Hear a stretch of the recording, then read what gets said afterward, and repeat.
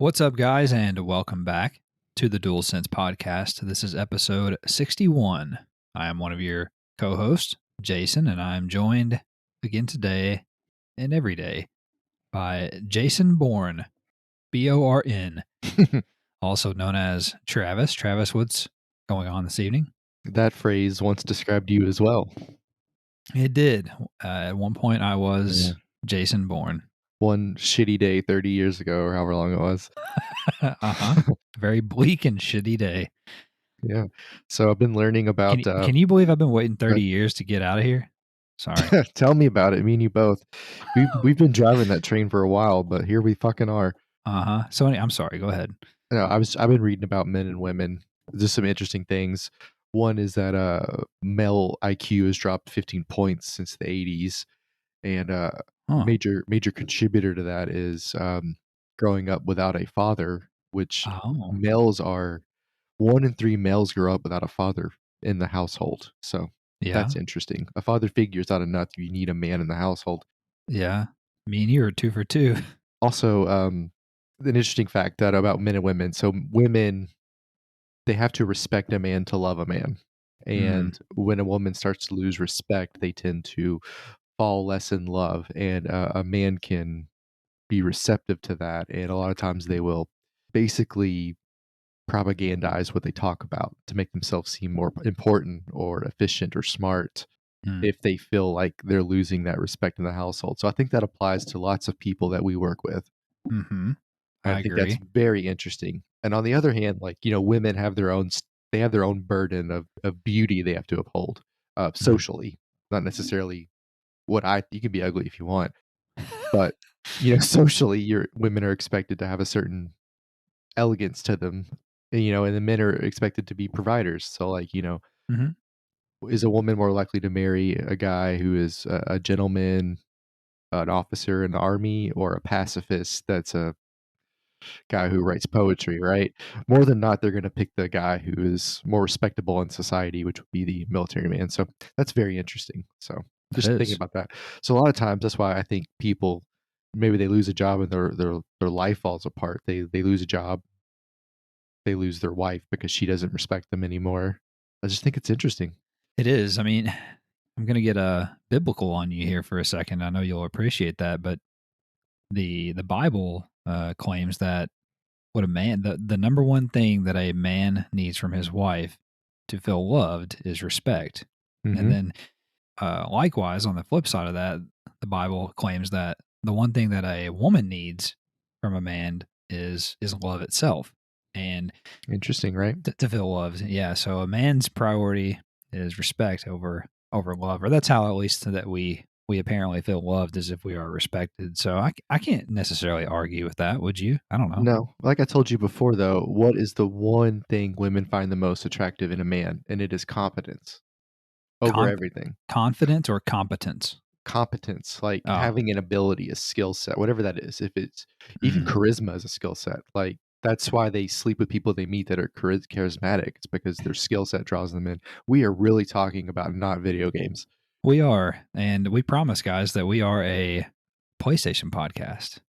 Where I love a segue. Well done. You're welcome. Where Travis and I get together each and every week to discuss all of the news, rumors, new games, and much more, Travis, in the world of PlayStation. We post new episodes every Monday on all of the usual podcast services around this world, as well as YouTube, where we post game streams and clips occasionally. Like I did the other day, I post a montage from Splitgate, which we'll talk about toward the end of the show here. Also, if you guys want to talk with us, engage with us, you can find us on Twitter at the DualSense Pod. We would love to hear from you there. I keep the Twitter streets hot, as they say, and I think that's very important for us to be on the Twitter and engaged in the community, so to speak, Travis, because you know we're fans just like anybody else who's listening. So I feel like, you know, we need to be in the replies on the PlayStation tweets and, you know, the Shuhei Yoshida tweets and all that stuff. So it's fun to be there. And yeah, stuff happens fast. We got to be there. It does. So sometimes I, you know, get into it with idiots on there, and, you know, that happens. It is Twitter. It is the internet. So anyway, nonetheless, let's jump into the news here. We've babbled on quite enough. Number one, a few interesting new rumors popped up this week, Travis, regarding 3 new upcoming PlayStation exclusive titles. The first rumor comes from noted Battlefield leaker Tom Henderson, who apparently is now a writer for DualShockers, Travis. Did not know that. Good for him. Tom posted an image on Twitter of Sweet Tooth with the caption 2023 this week, and that was it. This coincides with reports that Sony is developing a television show based off the Twisted Metal franchise, as well as their renewed interest in making multiplayer video games. The second rumor is from leaker and Xbox era host Nick Baker. Baker, I hardly know her, who claims that a new WipEout game is in development for PlayStation 5 and PlayStation VR 2 at Destruction All-Stars developer Lucid Games in collaboration with PlayStation External Development. And finally, Baker also stated that developer From Software is developing a brand new IP exclusively for PlayStation 5, which is believed to be another Souls-like title that is more similar to the Souls games than, say, Elden Ring or Sekiro. The deal will allegedly see Sony retain ownership of the new IP, with From Software and Sony XDev Japan collaborating on the new project. So, a few interesting rumors there about some new PlayStation exclusives. What do you think? I really don't like the name From Software. I don't know why. It just rubs me the wrong way. I agree. Just so uncreative. Anyway, the story from Baker, from Xbox era host Nick Baker. Right. It is weird, isn't it? Yeah, we've heard stuff about WipEout for a while, a PS5 version. That part isn't not new to me. It's still interesting, but it's not new. The VR version of WipEout I think could be really cool. Something else again that would make me want to get the PSVR 2. So that's like the third different that Hitman, Gran Turismo. It's just something we talked about a couple of weeks ago that sounded really cool. So Yeah. they're slowly building a case to make the PSVR 2, I think, actually a thing that people will want.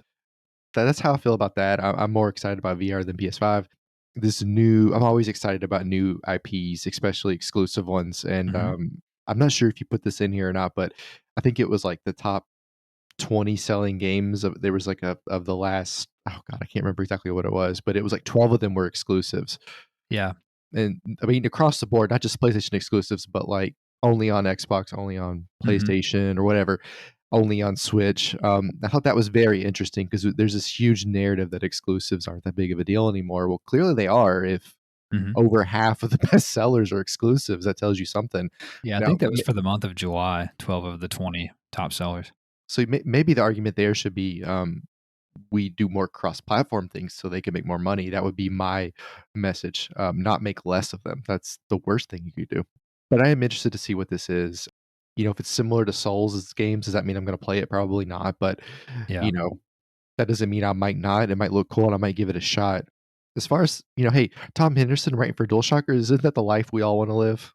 Right. We're doing our own thing. Yeah. I applied to be a freelance writer for DualShockers, and I guess, grant writing doesn't count. So anyway. Oh, well, yeah. I mean, you should write articles in a great format. That would be great. Just like with pictures. Anyway, Twisted Metal game that I played a lot as a kid. Oh yeah. I played every single one of them, I think. It's crazy to me that they just ended. They ended in like PlayStation 2, didn't they? I think that was the last time we had one. The last one was on 3, and I believe it was Twisted Metal Black in like 2010, maybe 11. Forgot about that. Well, yes, that's right, because I was in college. So, but by the way, the television show thing, I don't even understand how that works. Same. I think we talked about this before, but I just imagine like Death Race. That's all I can think of. I guess that's why I don't write TV shows, but I would say that the game could be really cool. So out of the games, I'm excited the most about WipEout VR, but Twisted Metal is a close second. I'll start just in order here. So the first thing, Twisted Metal. I have mixed feelings about this.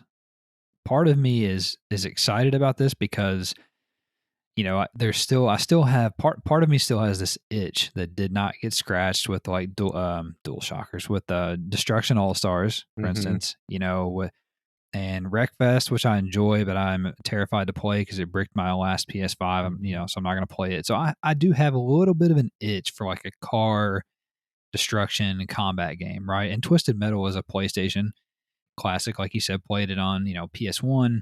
and so on. So I do have fond memories of the franchise with Sweet Tooth and Axel and all the different characters and whatever. Secondarily, the fact that it would obviously be a multiplayer title, probably with a campaign, especially if they're going to have a television series, it would have probably a campaign mode and Right. a multiplayer mode. So I don't know. I mean, I could be convinced. The jury is out for me on that. Likewise, for me, the one I'm most excited about is WipEout, because I think the WipEout games are awesome, Mhm. and I love Wipeout 2048 on Vita. It's one of Vita's best games. It's really fun to play on there. And I think the Wipeout collection, where they remastered some of the games, was on PS4 as a PS Plus game one month, a Mhm. couple That years ago sounds or right. something. So, and I forgot that they had added a VR mode to that collection for that. So you can actually play that collection in VR on the current PSVR. But having that on PS5 and then possibly on PSVR 2, like you said, is very enticing indeed. And I think that would be a perfect VR title. And then lastly, the From Software game, it's, like we've talked about on the show, kind of ad nauseum. Those style of games are really not for me. But I guess depending on what type of game or exactly how difficult it ends up being will Mhm. determine if I pay attention to that or not. So we'll see. Anyway, it's exciting. We got some rumored new exclusives in the pipeline, so we'll see. We're probably a little ways off from hearing about these games, but nonetheless. Number two, former Sony Manchester studio employees shared insight this week into what happened to the now defunct studio, which was originally created to be PlayStation's in house AAA VR game studio.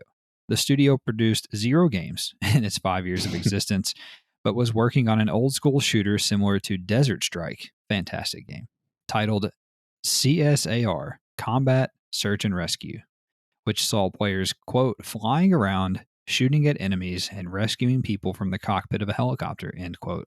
According to statements to Polygon by former members of the team, development of the project was plagued by mismanagement and a lack of oversight, as 2 senior leaders only worked part time at the studio and held senior positions elsewhere within Sony at the same time. After a large amount of staff attrition and time stuck in pre development, Sony relocated Manchester's design team to London to have more direct contact with senior leadership. However, after Herman Hulst became the head of PlayStation Studios in 2019, the Manchester studio came under further scrutiny and was officially closed in February of 2020. Any thoughts? It sounds like that the worst thing about this whole thing is they had no leadership at all at any point. Yeah. Like like the mismanagement, like that's just on Sony not giving them somebody to be in charge. Like you can't Yeah. like of course if they're part-time at the studio, but they have other jobs in senior positions at Sony, they're not going to give a shit about the studio. I mean that they're going to be like that's an additional thing I have to worry about. Like, I need to get A, B, and C done to keep my normal job. It's like your boss telling you to in addition to your normal job, you need to vacuum your floor every day. It's like, well, maybe I will. I don't know. I don't have time for that. But it just seems like it was a complete afterthought. Like they had the studio and they were like, they're doing a VR game. And to be honest with you, I never really felt like Sony was fully into the VR thing with PSVR anyway. It seems to be a Mm. little bit different now with PSVR too. But it just seems like from the jump, they were really set up to fail. Based off these comments, it really seems like they were based off to fail. The game sounds interesting though. I mean, at least the game was kind of interesting sounding. Yeah, it sounds like if you got a basketball team together, like a college basketball team together, a bunch of 18, 19, 20-year-olds, and then you didn't have a coach. Like, Yeah. this is, to me, that's the equivalent of this. You had a bunch of people, you had a bunch of creative people, and you had nobody calling the shots or, directing traffic. And I Mhm. think it definitely seems like they were just set up to fail, not intentionally, but they were doomed to fail without any type of direction or oversight. So it seems like a squandered opportunity. I mean, they had an in-house, AAA VR studio for all those years and got nothing out of it. And then now, like to your point, here we are, like we talked about it last week or maybe 2 weeks ago, where PlayStation is placing this emphasis now on these AAA experiences in the first party that can be hybrid, where they can be played, without VR or in VR. So it's like 2 steps forward and 1 step back in a way. and I think they missed an opportunity to have have a dedicated team doing these sorts of things instead of Mhm. kind of trying to get your current teams to make these hybrid software experiences. But secondarily, did you ever play Desert Strike? It sounds like that does not ring any bells to you. Did you or did you not play Desert Strike? No, is that a game that was in, like, the lobby of the movie theater? It's possible, but you should look it up. I adore that game. It's an isometric. I've seen it, but I've never played it, yeah. It's an isometric helicopter experience where By Sega. yeah, and you would exactly how they described it. You would fly around, you would shoot enemies, and then like you would rescue people on the ground. You drop Mhm. like the rope down. They'd come up. You'd pick them up and like fly them to like headquarters or whatever. Drop them off. Go back out. I have very fond memories of that game. So God, it seems pretty advanced for the SNES. yeah, it I have very very very fond memories of that. That would be a cool concept in VR. Number 3, abandoned game director Hasan Kahraman told website IGN this week that Blue Box Game Studios are not a team of scammers, and that their litany of failed past projects was due to them being part-time side projects being worked on by a mostly inexperienced team of creators. Now, according to Kahraman, Blue Box is operating at full speed ahead to release Abandoned. Before that happens, however, he revealed that they plan to release their previously unfinished project, The Haunting Bloodwater Curse, for free on PlayStation, Xbox, and PC. In addition, those who purchase The Haunting's early access version will receive Abandoned for free as well, according to Karaman. Now, let me start, please, because what, like I tweeted earlier, what in the fuck? Like what are we talking about now? How can you be working on a PS5 exclusive, okay, allegedly, and now you're saying that you're going to give away the game for free to people who bought some early access dog shit project on Mhm. PC, and then you're saying you're going to release the early access project for free everywhere? It's not just PlayStation, but on Xbox and PC as well. Also, why are you saying this? Like, you're just adding more trouble for yourself. This is just another layer. Like, and it just feeds into the thing from last week where someone put together all of the failed projects that they've had and all the Mhm. promises that they made but never fulfilled and all the things that they abandoned, like I was mentioning. Mhm. So why are you coming out and just adding something else to this? Mhm. I don't understand. What are your thoughts? Do you have any? Well, I mean, his first comment that they aren't scammers, that's what a scammer would say. I mean, John Wayne Gacy uh, said he didn't kill anybody and there was 26 bodies under his house. So it's like, really? I mean, well, the first point I would like to make is, and Colin made this point on his Twitter from Sacred Symbols, and he was like, basically, cool article where you asked them no important questions. I yeah, mean, they they're really, right. it's just like softball, softball. Like, no, this guy's been dragging this along for 3 or 4 months at this point. Like, bust his fucking balls. Let's figure out what's going on. Yeah. You're IGN. You're the biggest gaming website in the world.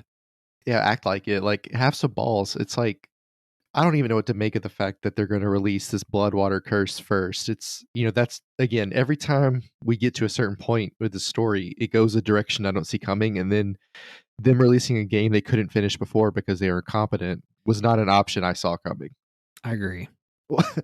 The best part was when, like you said up here, where he says, the failed projects were because they were part-time projects and then we were inexperienced, and like what you tweeted out earlier in the week, either you're in on it or you're too fucking stupid to do it. It's like at this point you don't like you said, go back to the college basketball analogy, like you just don't keep running out the walk on. Mm-mm.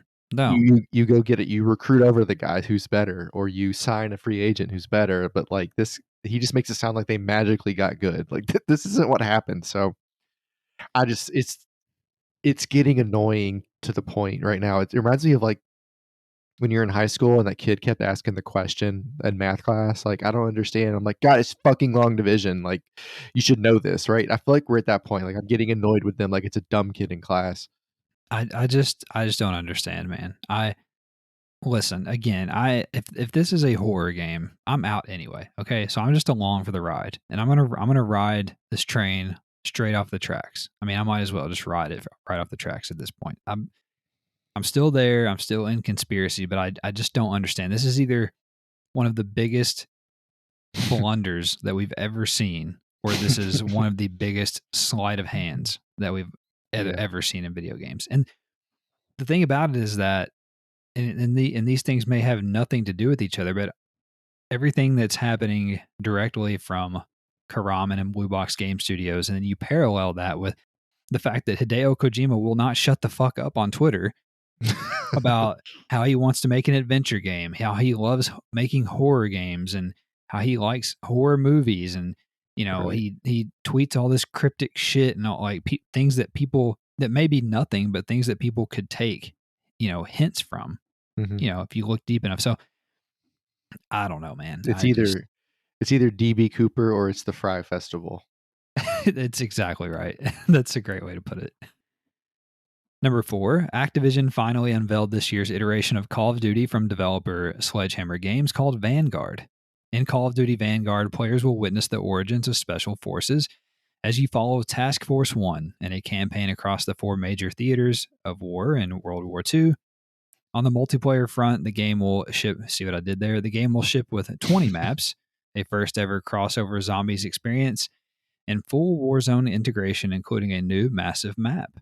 Sledgehammer claims to be including an advanced gunsmith for the highest level of weapon customization ever, as well as a new caliber system, which brings immersive and reactive environments to the game. Also worth noting is that Treyarch is developing the zombies mode, while Raven Software will continue work on Warzone. Call of Duty Vanguard launches on November the 5th and is available now for pre-order with a number of additions and bonuses on both PlayStation 4 and PlayStation 5. What do you think? Well, like we talked a little bit about earlier, the trailer is a trailer. Video game trailers that don't involve gameplay don't do a lot for me.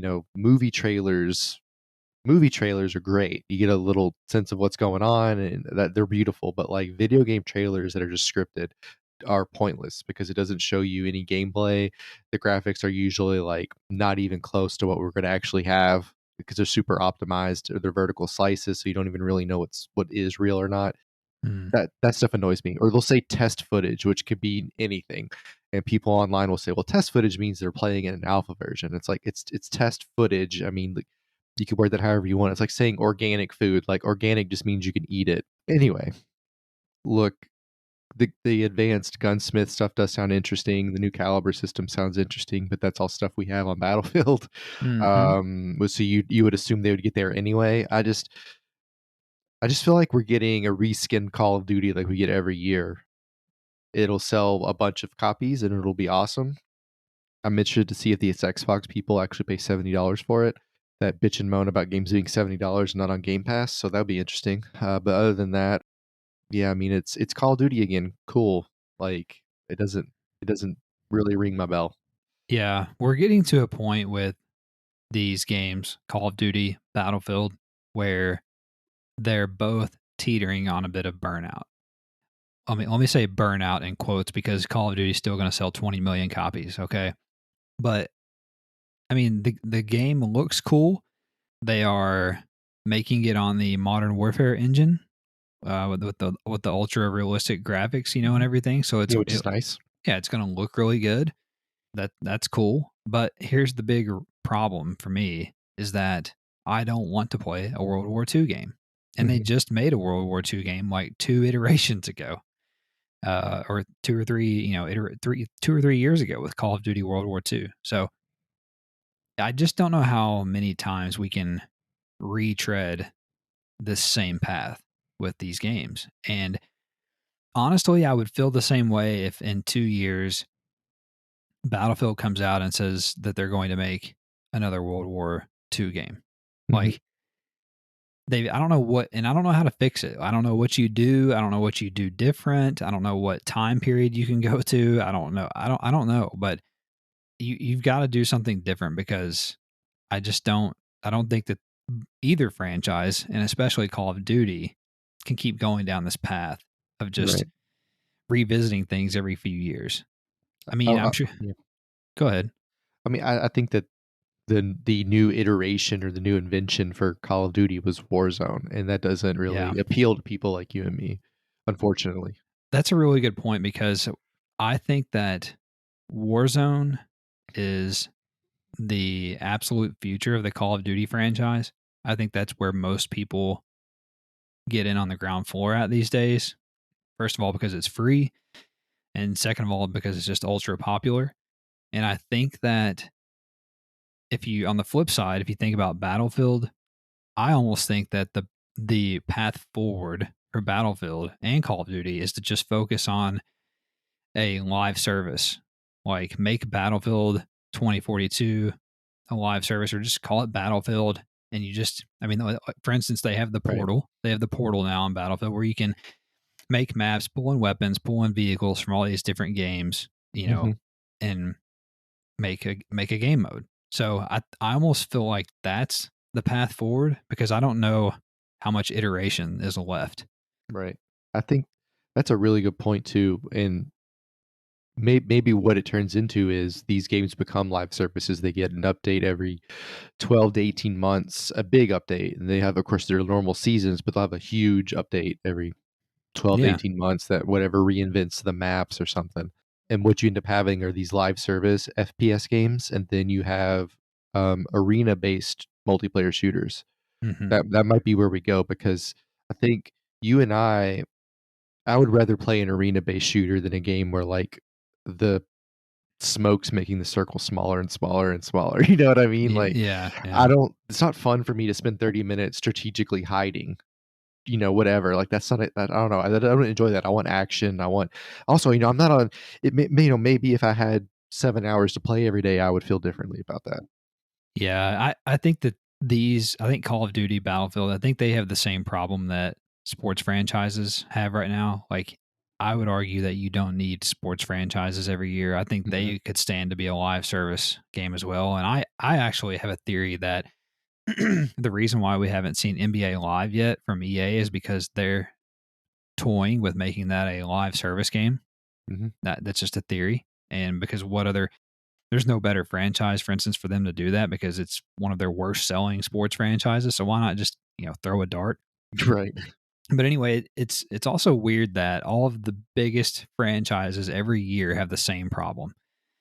Call of Duty, Battlefield, all of the sports franchises, they all have the same problem in that they're always teetering on same, sameness. Everything's the same. It's a reskin, this and that. But on the other hand, they also still sell millions of copies every year. So why would they change? You know what I'm saying? Mhm. Because people Mhm. still buy them. So I don't know. It's Do it's you tough. do you think Warzone being free, I mean, you mentioned it was kind of like an entry level to the Call of Duty franchise. Do you think that will affect the sales? Like, what's the point of buying Call of Duty Vanguard if you can play Call of Duty Warzone with a new map for free? Yeah, I don't know. For some people, they definitely won't. They'll just play with some of the new guns and the character models from Vanguard, and they're good with that. So I don't know. There's that part too.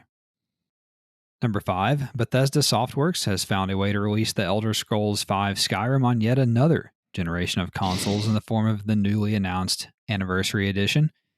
This version will include the base game, all previously released DLC, as well as 3 new pieces of DLC, including a fishing mode, a survival Oh, mode, and Saints and Seducers Quest, whatever that is. In addition, this version will also include over 500 pieces of unique content from Creation Club, whatever that is, including pre existing and new quests, dungeons, bosses, weapons, spells, and more. And finally, the game is also getting a free next gen upgrade with unannounced updates and features at some point in the future. Skyrim Anniversary Edition will release on PS4 and PS5 on November 11th, mhm. the 10-year anniversary of when the game released. Any thoughts? More importantly, that's Armistice Day, It and is. I know how you're gonna spend it now. I guess you have an extra day you can take off? I don't. I don't know, man. I don't know if I'm going to do this, but we'll see. I think you've bought it on, like, 6 systems at this point. I think you bought it on Vita, both PlayStations, every Huh. Xbox, whatever.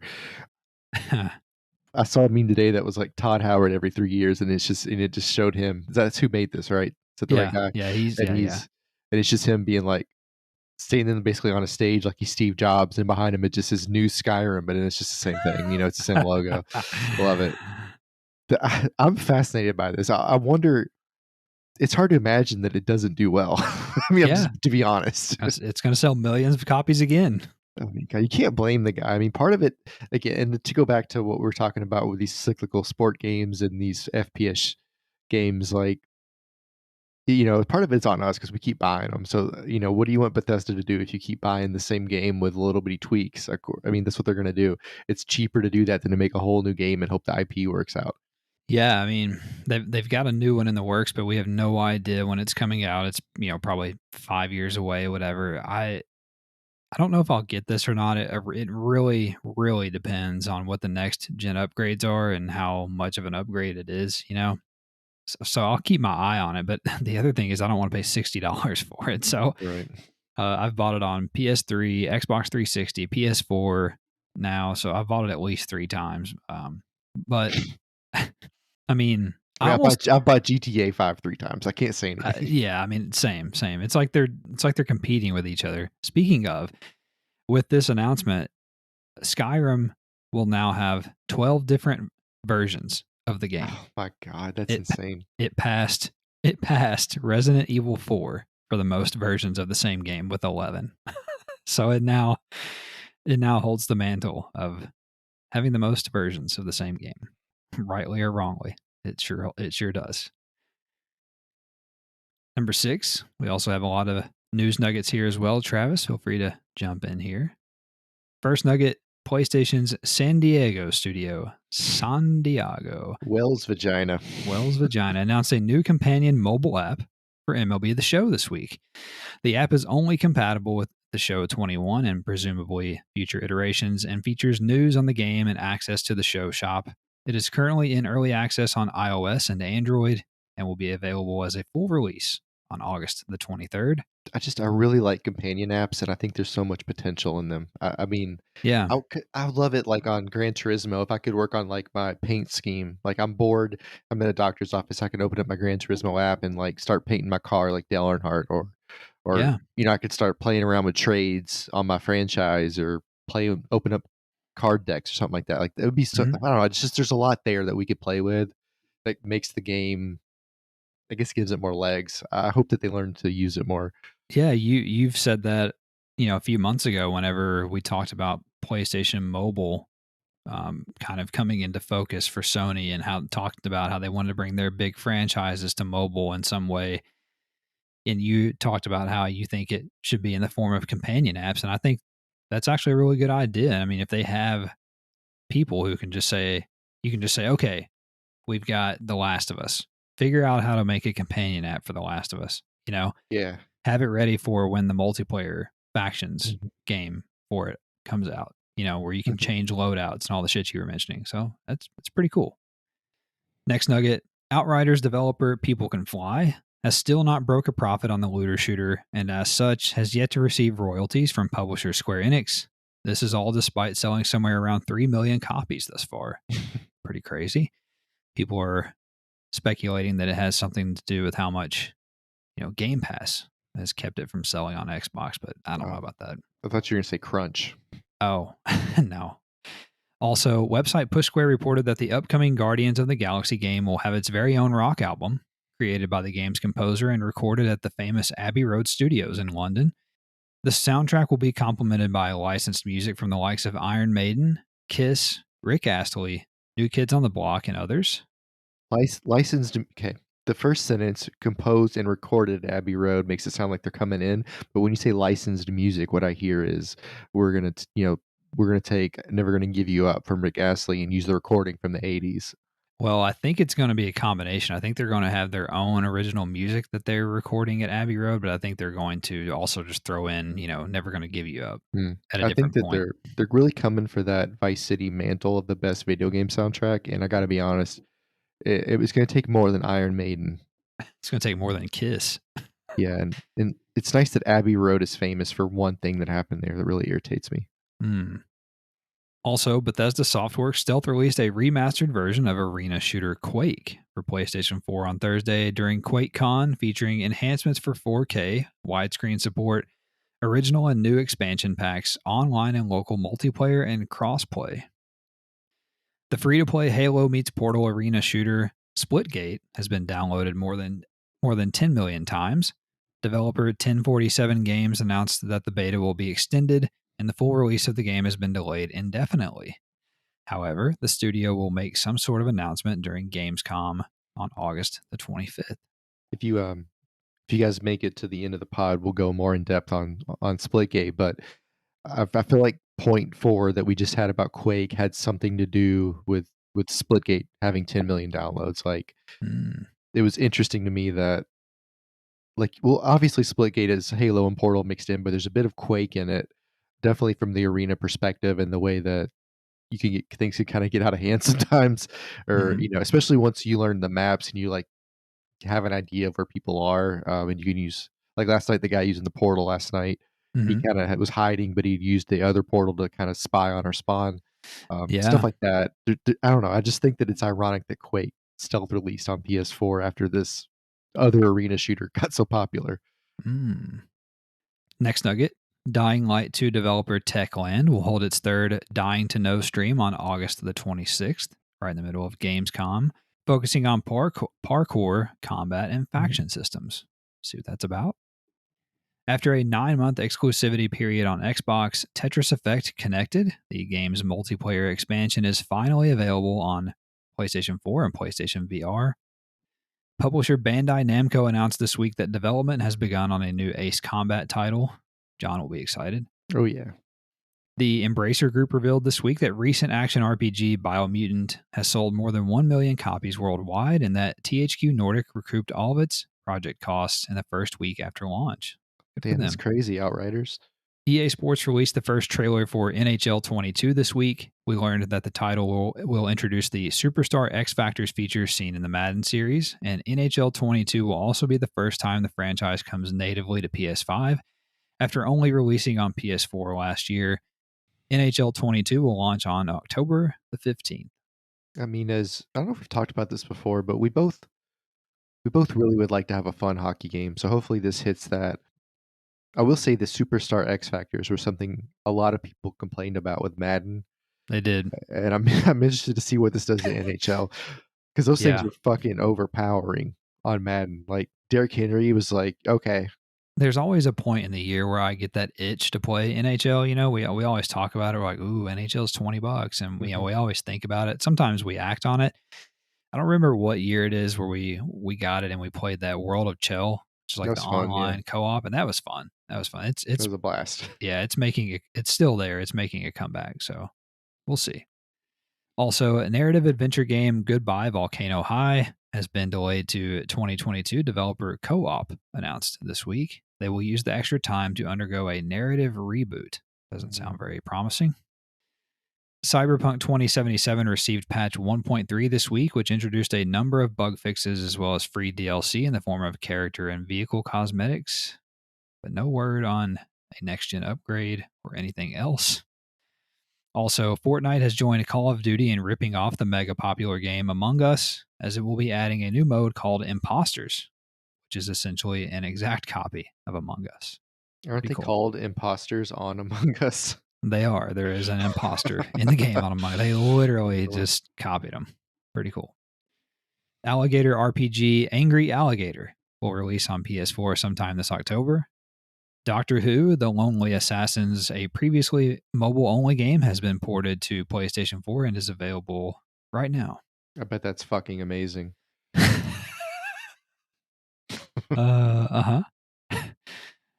Lego Star Wars The Skywalker Saga will make some type of reveal at Gamescom on August the 25th. VentureBeat's Jeff Grubb stated on his recent podcast that PlayStation 4 exclusive open-world game Wild, which was previously in development at Michel Ancel's Wild Sheep Studio, has been canceled and the development team has moved on to other projects. The Saints Row franchise will be rebooted by developer Volition. A reveal will take place at Gamescom on August the 25th. Chinese developer Game Science released a new 12-minute gameplay demo this week of their upcoming action RPG, Black Myth Wukong. The game now runs on Unreal Engine 5 and is tentatively scheduled to launch on consoles sometime in 2023. Did you watch that? I think you did, didn't you? I watched part of it, and it was pretty impressive. It was. I thought with the monkey throwing the, like, fruit off and hitting the stone guy, oh, that was pretty funny. He That domed that is. motherfucker and he came alive, but no, the snow, I thought the snow was actually really cool, the environment kind of them moving around and it was fun, and the fighting mechanics looked pretty good too, so I'm interested in that, but Yeah, I wasn't did you get to the part where the thing was vomiting on him? I believe so. It was a Yeah. little much. It was a little much for me. It was just gross, like, it was just unnecessary. It made me wanna kill it faster. Yeah, it looks like a very difficult game in the vein of Oh, Dark yeah, yeah. Souls, and that sort of thing, Demon Souls. So I don't know if I'll be able to do it, but I am admiring it at the very least from afar. And Unreal Engine 5 is going to be a beast. Right. It's going to be a beast. It's like seeing a really hot girl and you're just like, "Yeah, I can't date you, but, I would love to try it out." Yeah. Oh yeah. Oh yeah. Next nugget, Train Sim World 2 now has the largest PlayStation trophy list ever, Travis. After releasing on PlayStation 5 this week, sorry to steal your thunder, launching with 328 trophies God. to obtain, surpassing the previous record held by none other than Skyrim with Mhm. 141 trophies. Well, can you multiply Skyrim by 12? Because there's Oh, 12. that's fair. That's fair. I mean, can you imagine somebody's gonna sit down and get all these trophies, and I can't imagine. Yeah. They said that Push Square said that you'd have to spend like hundreds of dollars to be able to get them all because there's trophies tied to Mm, content packs. mhm. Pretty wild. Also, website PlayStation Lifestyle reported that publisher Koei Tecmo confirmed the upcoming Fatal Frame Maiden of Blackwater's next gen upgrade will be free for current owners on last gen consoles. I can't decide if that's a callback to the Doobie Brothers or if it's where everything went wrong in Red Dead 2. Oh, Blackwater, yeah. Embracer Group was up to their usual plundering this week, Travis, as they acquired 3 more game studios: Smartphone Labs, Demiurge Studios, and Fractured Byte. Smartphone Labs has worked on World War Z and Mud Runner in the past. Demiurge has worked on Borderlands, Brothers in Arms, Mass Effect, and Medal of Honor Airborne, and Fractured Byte has worked on Borderlands as well, and Tony Hawk's Pro Skater in the past as well. Also, the Singapore government is conducting an investigation into allegations of workplace discrimination and harassment at Skull and Bones developer and Travis's favorite Ubisoft, Singapore. They're gonna get bent over, Those guys are fucked. and they have to make the game, guys, because the government's Yeah, already on you. I mean, I cannot wait to see where this goes. This I might know. low key end up being more interesting than Blue Box. Like in Yeah, 10 years, this might be a hell of a documentary. yeah. It's a mess. That's a total mess. Rainbow Six Siege will receive its first transgender operator, Travis, alongside the 3rd season of its Year 6 Mm, content. interesting. Well, I can shoot your character in the balls and make him a girl if you want me to. Team Group unveiled a new series of SSDs with the industry's first ever graphene heatsink technology, developed specifically for the PlayStation 5. The new SSDs will launch sometime in October. Data miners discovered that The Last of Us Part 2 includes multiplayer files for a battle royale mode. Travis thought that was very interesting. Mm, And that's weird. it is weird, but hear me out. Hear me out. This might be the one game where it has made the most sense or would make the most sense to have a battle royale mode. I guess technically the game is a battle royale game in a sense. Exactly. You have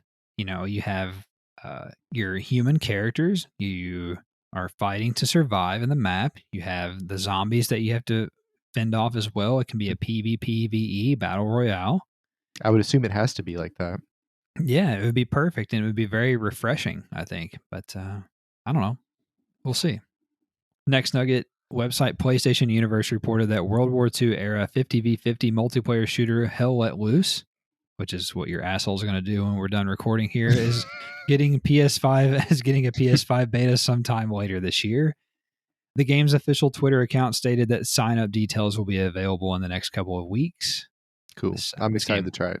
yeah, right after I talk shit about World War II shooter games, I'm excited to try this out.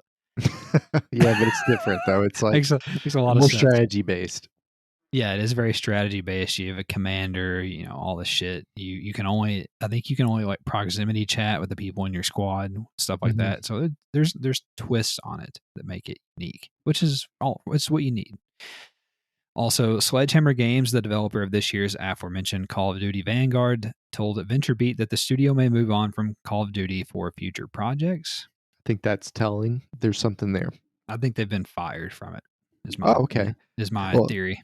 I think that they've makes been sense. told. I think they've been told to finish this one and then fuck off. So I was, well, I was thinking maybe that Warzone's the way to go. We're wasting our time, basically, is what I was thinking. But yeah, fired makes more sense. That could be it too. That could be it too. They could pivot to Warzone and then we'll see. Pivot. Also, the upcoming RPG Lost Judgment will feature 8 playable Sega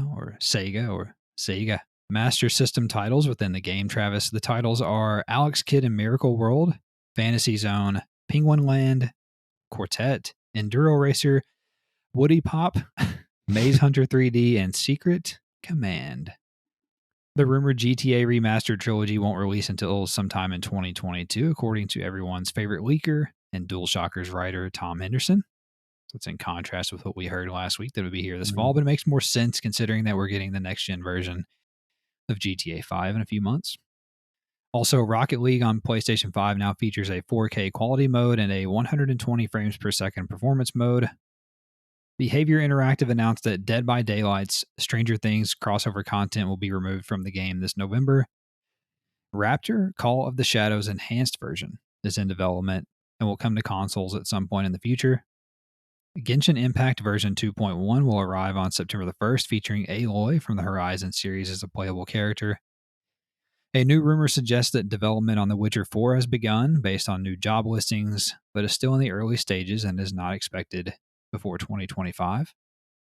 Hood, Outlaws and Legends will get its first season of content on September the 2nd, featuring a new outlaw, new maps, new winch mechanics, and the first battle pass. The next Elder Scrolls Online expansion, Waking Flame, will release on September the 8th. Website Gematsu reported that horror first-person shooter Cultic will launch on PS4 and PS5 sometime in 2022. Puzzle platformer Tandem, A Tale of Shadows, will launch on PS4 on October the 21st. The original Nexomon will come to PS4 and PS5 on September the 17th. 2D action platformer Flynn, Son of Crimson, will release on PS4 on September the 15th. Narrative-driven RPG beat-em-up game Young Souls will come to PS4 sometime this fall.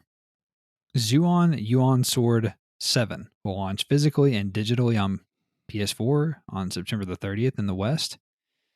MMORPG Lineage W, awful name, terrible, will come to PS5 at some point later this year. Players can pre-register now on the game's website. 2D action platformer Galaxy Tales Story of Rapunzel will release on PS4 sometime in 2022. 3D high-speed character action game Ultra Age will release digitally on PS4 on September the 9th. First-person destructive house cat simulator Cat Lateral. It's a great name. It's a really great name. I gotta hand it to him. Ooh. Cat Lateral Damage Remeowstered. It's a fantastic name. That's the greatest name for a video game. First-person destructive house cat simulator. Cat Lateral Damage Remeowstered will launch on PS4 and PS5 on September the 15th. I'm gonna, out of sheer morbid curiosity, have to look at that. Adventure game Siberia: The World Before will come to consoles at some point in 2022. Physics-based cooperative platformer Struggling will release on PS4 on September the 8th. About my fucking life. Yeah, it's about your asshole right now. Third-person nature adventure game Away, the survival series, will launch on PS4 and PS5 on September the 28th. And finally, website Gematsu reported that the ESRB has rated Disney Classic Games Collection for PS4 from developer Nighthawk Interactive, Jackhawk 9000. You can call me Nighthawk. The collection includes classic platformers Aladdin, The Lion King, and The Jungle Book, and they are classics. Remember playing those on Sega Genesis. And that's all for the news this week. I'll turn it over to Travis now for this week's new game releases if he can make it through it. Take it away. On the 16th, we had Candleman. On the 17th, we had Void Source. On the 18th, we had Pileup Box by Box, Rogue Explorer, World Soccer Strikers 91. On the 19th, we had Order of Battle, World War II, which is like a top-down, turn-by-turn. We Oh, have okay. Quake, Recompile, Sakura, Succubus 4, which I love a good succubus. And speaking of succubus, save your nuts on PS4. Oh, Uh, wow. Tetris Effect Connected, Train Sim World 2 Rush Hour, Hmm. Uoni. On the 20th, we have. Is that how you say that? You had a lot of soul in that. On the 20th, we had Fracked, Uh-huh. Ghost of Tsushima Director's Cut, Madden, NFL 22, Orbibot, Orb, Great. Orbibot, Correct. and Yeah. Unicorn Break head to head, and that's Oh, all. what a list. Some good stuff there this week. Obviously, Ghost of Tsushima Director's Cut is getting really good reviews. I think it currently sits at like an 88 on Metacritic. Fracked on PSVR also getting really good reviews. That game does look pretty cool. It's a shooter skiing game, I believe. And then Madden NFL 22 obviously is a big one. So good week. Good week. And then Train Sim World 2, I guess, is a big one as well. So anyway, that's all for the new games this week. And Travis, let's start to wrap this up here so that you can go take care of your business by discussing what we've been playing, anything that we're looking forward to. What do you got? For some reason, I've been selected to do this Gran Turismo feedback program. It's very strange. Uh-huh. Yeah. I'm not sure if it's related to like my driving rating or what, but like not everybody has gotten it, so it's strange. But it's 3 different surveys. I've done the first 2, and the first one basically asked me about GT Sport. Like, do I enjoy playing it? Is it challenging? Have I met people online playing it? Have I enjoyed that process? Just random stuff like that. Hmm. Second quiz, not only did it ask me those things again, but it asked me if playing GT Sport increases my quality of life. Interesting. Interesting. If I feel a need to play GT Sport, if it's like an obsession, stuff like that. So basically, it's trying to figure out like the mental relationship with the video game and how it can become, I guess, addictive, and what positives and negatives you can get from it Hmm. from your experience, basically, which I found interesting. I would love to be able to give them like short form answers because, saying, do you get mad playing the game and writing sometimes, well, like, it would be nice to be like, yeah, sometimes when there's assholes or like when you guys implement a shitty penalty system, I would like to add things like that, but I can't. But it's interesting. I don't really know why they're doing this. It's in conjunction with a university in America. That's odd. I wonder if they're trying to figure out a way to make their games more enjoyable or to make them more appealing Mm. or to give them more staying power, or if they're trying to figure out maybe it's just a university study and they pick Polyphony because they have a good relationship with them. I had a lot of questions that are outside of it, but it is Yeah. interesting nonetheless. It sounds like your boy, what's his name? Kazunori Yamauchi? Is that the guy's name who's the director on Gran Yeah, Turismo? that's Kaz? close. Yeah. It sounds like Kaz is, I mean, he's way off the bridge because wasn't he having like an existential crisis a couple months ago talking about how he wanted to make games about life, other than Gran Turismo and this and that. So, Yeah, I think he's just losing his mind. yeah. Anyway, This one's Gran Turismo 7 is breaking him. what else? I'm almost done with season 4 or 3 with Stevenage on FIFA. I'm in the semifinals of the Champions League, so I'll probably wrap that up this week. I found another badass winger who was like worth $2 or $3 million. He's not fast yet, but everything else he's really good at. So hopefully he'll be good. I'll stick him in my B squad until he gets good. Got my new steering wheel. Should be arriving next week. Oh, okay. I got a replica of a GT3 McLaren steering wheel, which is the cars I drive mostly are GT3, GT4 cars, which Gran Turismo calls GR3 and GR4. Don't know why they can't just say GT3, but anyway. So now I'll have 2 rims. So when I drive, dirt or any other normal racing game with a normal car, I can pop on my normal rim, which is what you have in your car, and then I can actually have this GT3 rim, which basically will work better for F1 stuff. It also works better for the GT3 cars because it's what they're made for, and there's a bunch of buttons and knobs on it that let you do things from the steering wheel as opposed to having to do them That's from the cool. pause menu or the actual controller. So that should be here this week, so that'll be fun.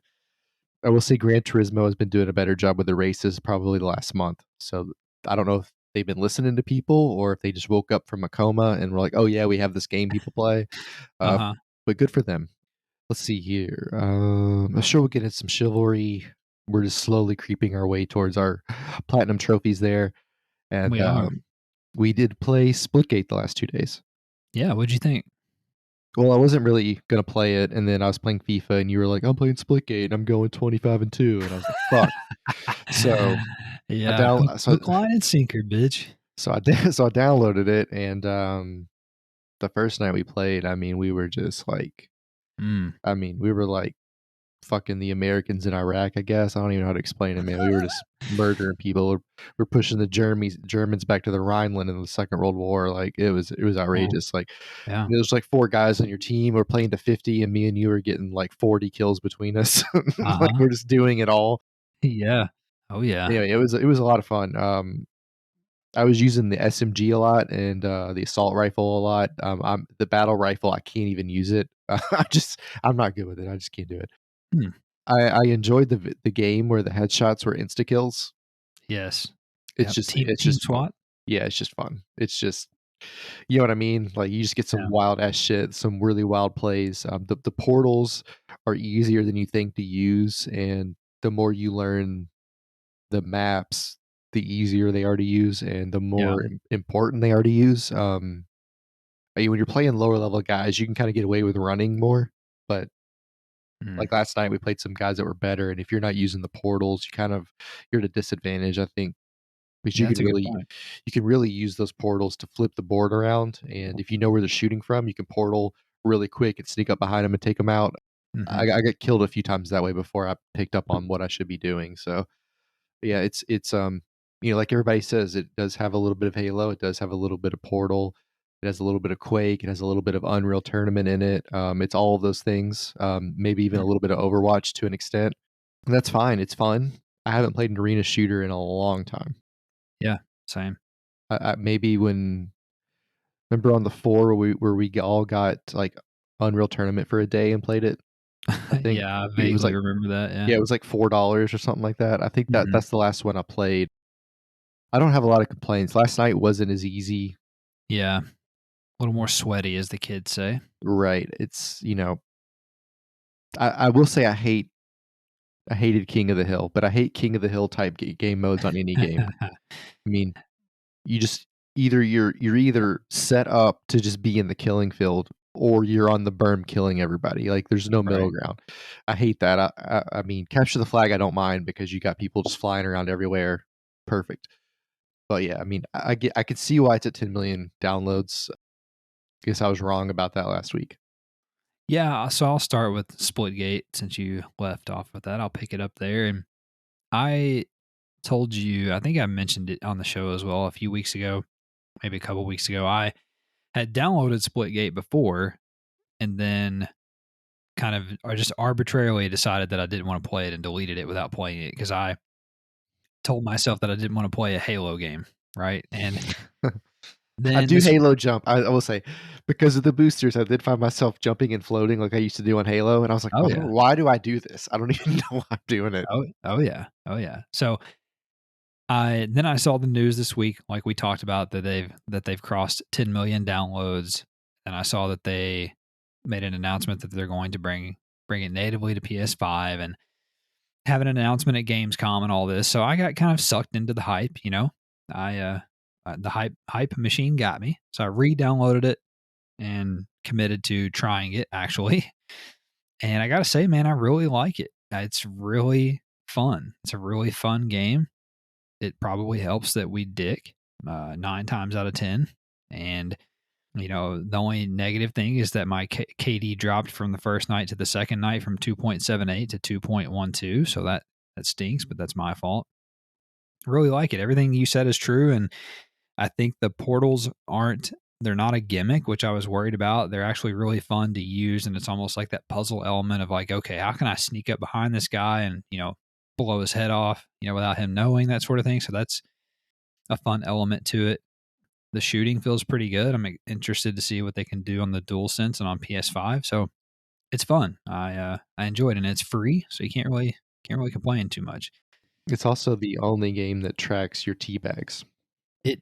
Great point. It's the only game that tracks your tea bags, and as a game tip, tells you how to teabag. And like the way that it's worded is pretty hilarious. Like you should download it and wait for the game tip because they don't tell you to go teabag. They break it down Yes, it step is. by step. Yes, it is. It's pretty funny. It'll make you chuckle. Then also played Chivalry 2 this week. I think you mentioned that. We played that for a little bit, but I got bit. What we played mostly, other than Splitgate, was FIFA 21. I got bit by the FIFA bug after playing the FIFA 22 beta last week. And so I played some 21 this week, started a new career with FC Copenhagen, which is Copenhagen with a layperson, over in Denmark. And they have awesome uniforms. They have one of the most fun teams that I've played with on the game. Make great dip. Good formation. It's fun. It's been fun. I've been enjoying it quite a bit. And then I also played a game called Sleeping Dogs Definitive Edition. It was originally a PS3 game. They ported it over to PS4 for the Definitive Edition.